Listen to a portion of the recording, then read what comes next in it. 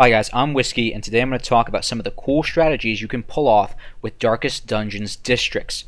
Briefly, for those of you who don't know, districts are a new feature in the Crimson Court DLC, which unlock between week 7 and 10. Once built, they alter the game significantly, either providing bonuses to the hamlet or to your heroes in battle.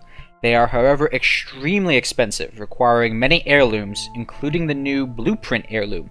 This heirloom is particularly difficult to acquire, as only bosses can drop it.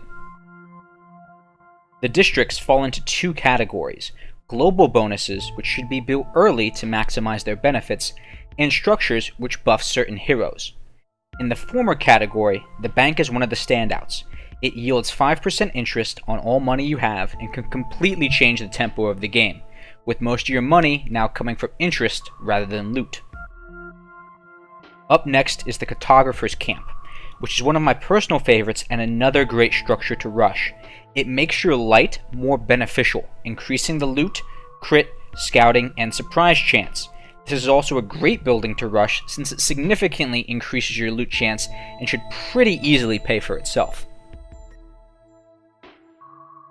Next is the Granary, which gives an amount of free food every week and increases the healing done by food. This is a great building to get early on since it pays for itself after just over 30 food, and since it gives 4 to 10 food per week, it should pay for itself in no time. It's also important to note that this extra food actually increases the maximum amount of food you can bring with you, which makes it great for boss encounters. The last two are the Puppet Theater and the Sanguine Vintner, which increase passive stress relief and passively generate blood vials respectively.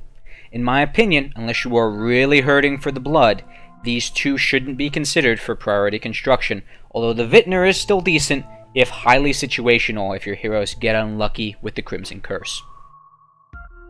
The other buildings all provide passive buffs of some kind to heroes, my favorite being the Altar of Light since it buffs 3 of my favorite heroes, the Crusader, Vestal, and Flagellant, with a healing bonus and stun resistance. Next, the Training Ring grants the Obelisk, Houndmaster, and Man-at-Arms accuracy and crit. I mainly take this one for the Arbalist and Man-at-Arms buff since those are two absolutely great classes. Lastly, if you run Jesters, the Performance Hall can make their finale move hit like a truck. House of the Yellow Hand, Arcanum, and the Outsider's Bonfire are decent if you run the heroes they buff, which I usually don't. So the ranking of these stat boosters is obviously subjective since I emphasize the ones that are for my favorite classes.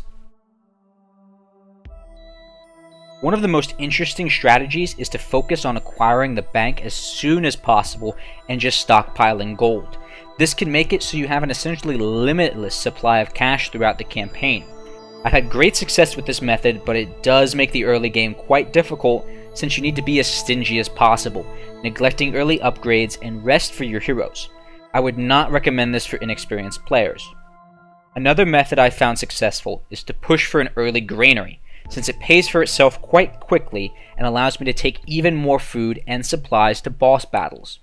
In terms of situational strategies, an early Sanguine Vintner can save your heroes from a drawn-out death if you get unlucky with the Crimson Curse. Lastly, for inexperienced players, the Cartographer's Camp is a great first district, as you should be playing most of your runs with as high as light as possible to make the game a bit more forgiving. So, do you guys have any district tips or strategies? Let me know if you do down in the comments below, and as always, I plan on continuing to feature Darkest Dungeon prominently on my channel, so stick around for more. Bye!